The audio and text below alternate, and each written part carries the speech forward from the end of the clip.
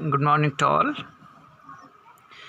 तो आज हम 11th क्लास की मैथमेटिक्स शुरू करने जा रहे हैं। 11th क्लास में गणित की एक ही बुक है एनसीईआरटी की, और ये जो है इसमें जो ये चैप्टर्स हैं ये इस तरह से हैं। पहला चैप्टर है सेट, इसमें हम विभिन्न प्रकार के सेट पढ़ेंगे। दूसरा चैप्टर है relation and function. Third one is trigonometrical function. Fourth is principle of mathematical induction. इसके बाद देखो पांचवा chapter concept, numbers and quadratic equations. Six देखो लीनियर इनइक्वालिटीज। सेवन्थ है परमुटेशन एंड कॉम्बिनेशन। एट्थ है बाइनोमियल थ्योरम। नाइन है sequence and series, ठीक है। टेंथ है स्ट्रेट लाइंस। 11th है कॉनिक सेक्शंस। 12वां है इंट्रोडक्शन टू 3 डायमेंशन ज्योमेट्री। 13 है लिमिट एंड डेरिवेटिव्स। 14 है मैथमेटिकल रीजनिंग। 15 है स्टैटिक्स। 6th है प्रोबेबिलिटीज। फिर है इनफाइनाइट सीरीज प्रोबेबिलिटीज। जो है तो 16 चैप्टर है, कुल 16 चैप्टर है। पहला चैप्टर है सेट्स, सेट या समुच्चय।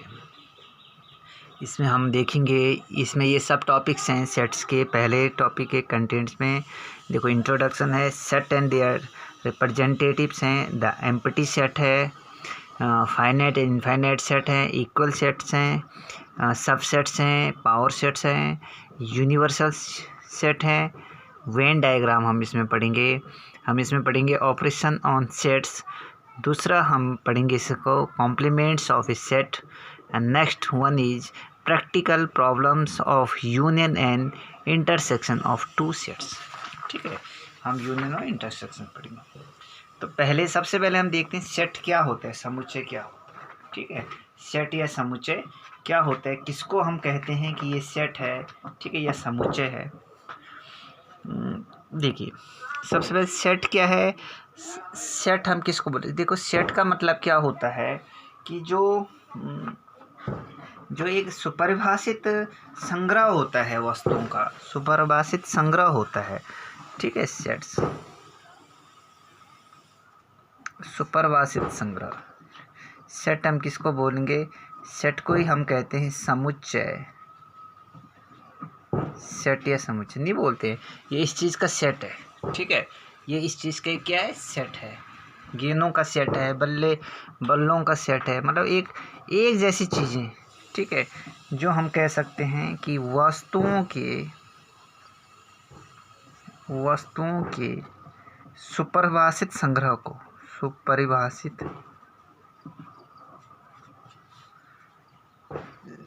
संग्रह को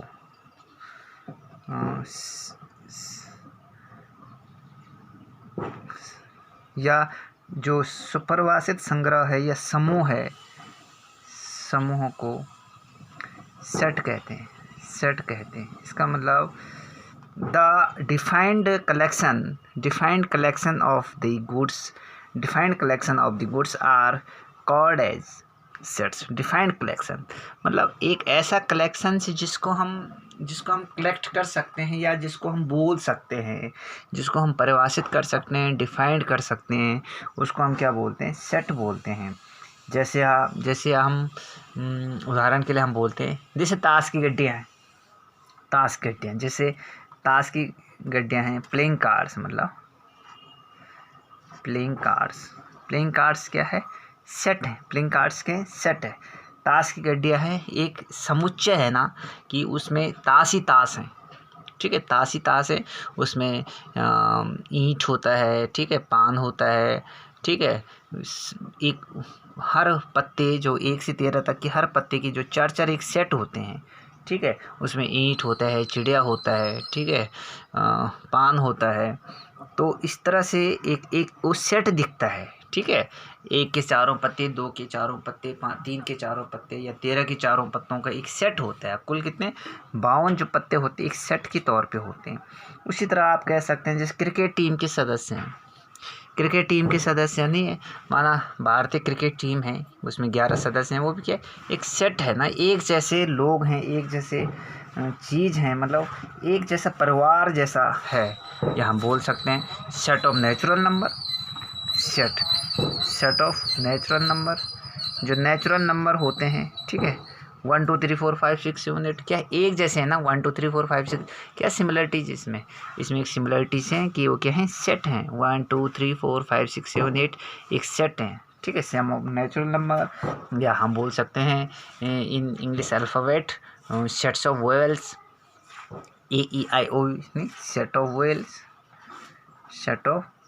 वोवेल्स, ये सब क्या है, सेट्स हैं, sets of wells, sets of conjugates, ठीक है, जो भी एक तरह की जो चीज़ें हैं, या हम जिनको हम सुपरिभाषित रूप से हम जिनको रख सकते हैं, उनको हम क्या कहते हैं, सेट्स बोलते हैं, इनको हम क्या बोलते हैं, सेट्स कहते हैं, ठीक है।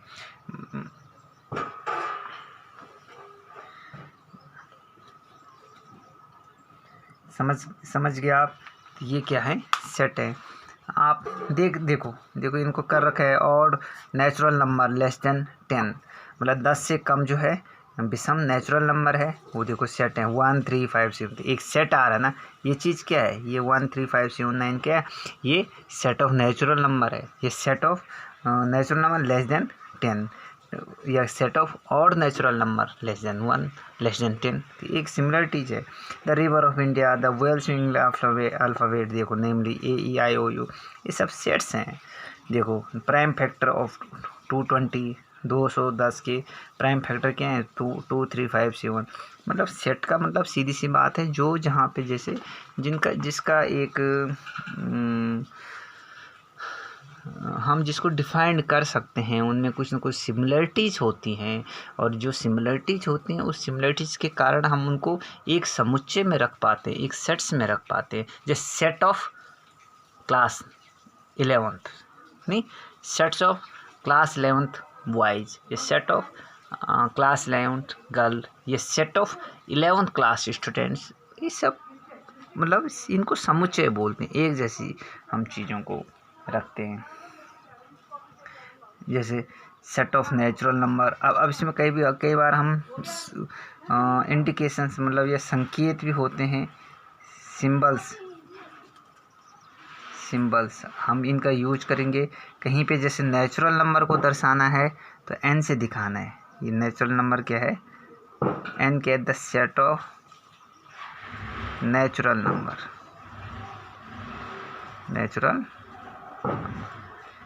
Z है सेट ऑफ इंटीजर,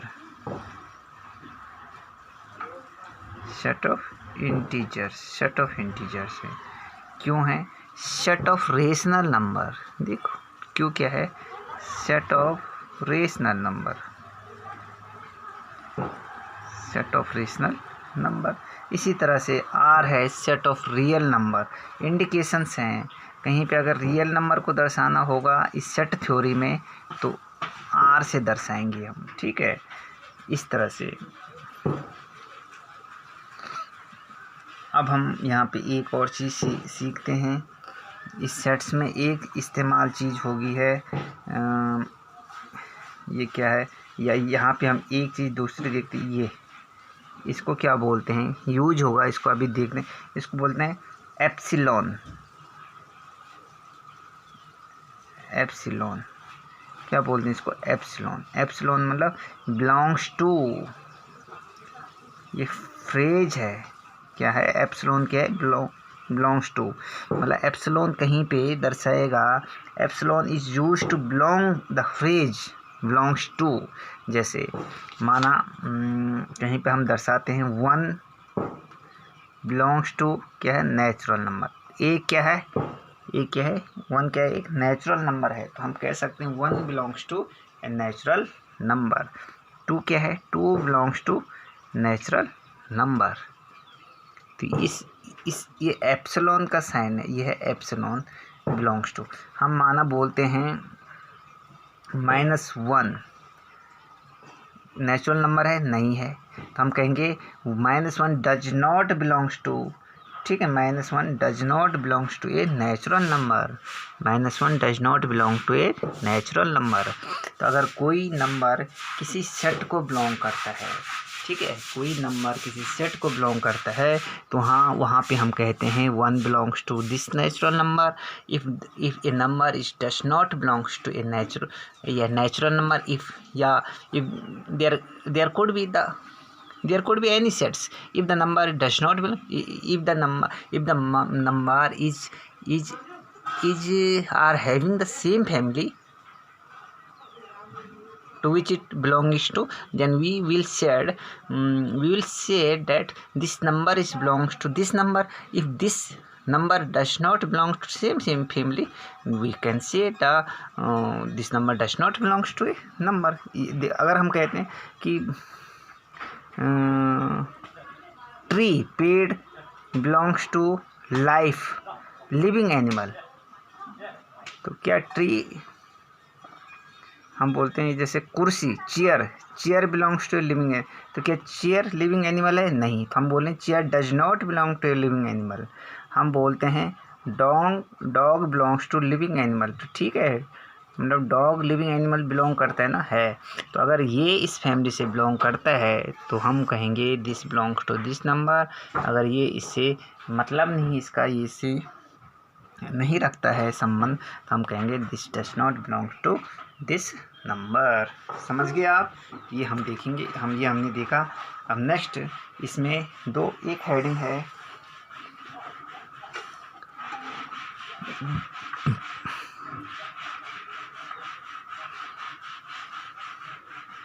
अब इसमें हेडिंग है देखो, सेट को, जो सेट है, सेट को रिप्रेजेंट करने के लिए 2 मेथड हैं। टू मेथड, ठीक है, आर रिप्रेजेंट टू सेट को 2 नंबर रिप्रेजेंट करते हैं, ठीक है, सेट को 2 नंबर रिप्रेजेंट करते हैं। ये 2 मेथड, एक है रोस्टर फॉर्म और दूसरा टेबुलर फॉर्म। सेट, दूसरा क्या है, set tabular form, set builder form, set builder form. मतलब किसी भी नंबर को बिलोंग करने के लिए 2 नंबर हैं, किसी भी सेट को बिलोंग करने के, एक तो रोस्टर फॉर्म है, एक सेट बिल्डर फॉर्म।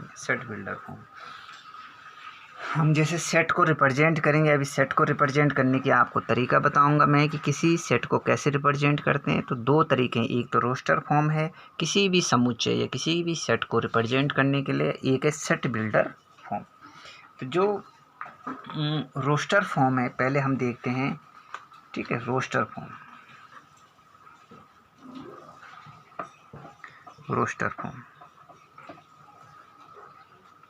देखिए, रोस्टर फॉर्म में अगर किसी सेट को वो करेंगे तो इसमें 2 चीज़ें समझेंगे। अगर हम इसको सेट में रिप्रेजेंट करेंगे किसी में, अगर आगे हम प्रश्न करेंगे इस पर आधारित कुछ प्रश्न करेंगे, तो प्रश्न होंगे कि इसको सेट बिल्डर फॉर्म में बदले या इसको रोस्टर फॉर्म में बदलेंगे।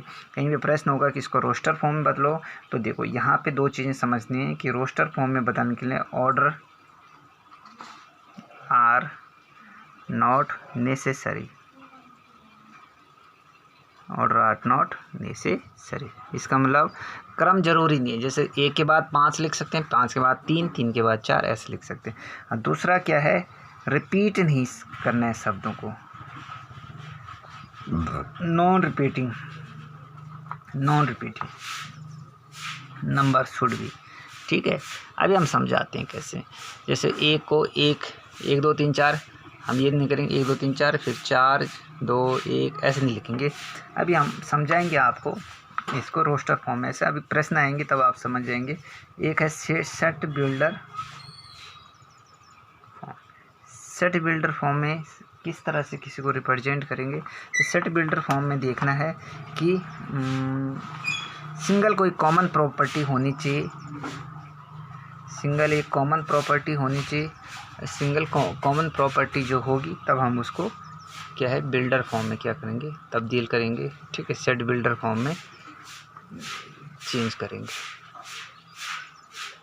अभी समझाता हूँ, आगे प्रश्न है उन पे समझाता हूँ आपको।